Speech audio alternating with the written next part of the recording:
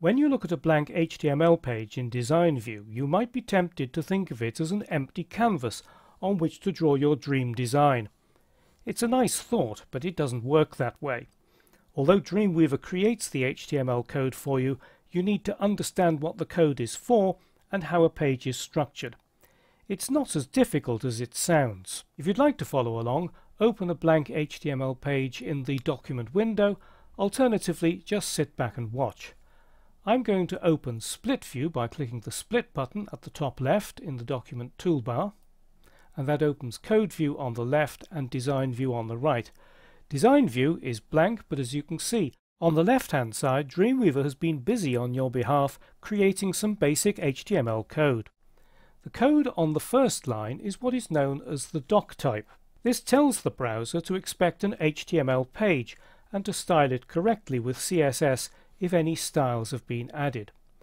The remaining lines contain HTML tags or elements.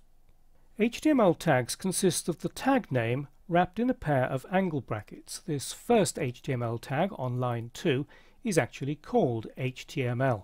Most tags come in pairs and are wrapped around their content. The closing tag has a / just before the tag name. So the closing HTML tag is here on line 10, and you can see that / just after the opening angle bracket.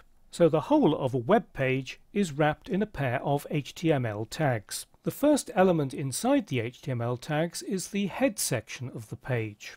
This contains information that's not displayed within the page, but which the browser requires. This meta tag on line 4 is what's known as a standalone element because it doesn't have a closing tag. That's because it doesn't have any content. All the information is contained within this char set attribute and value. What this does is it tells the browser that the encoding or character set is UTF-8. It's very rare for web pages these days to use a character set or encoding other than UTF-8 because UTF-8 supports all of the world's written languages. Next comes the title element. Dreamweaver puts the words untitled document as placeholder text between the opening and closing tags.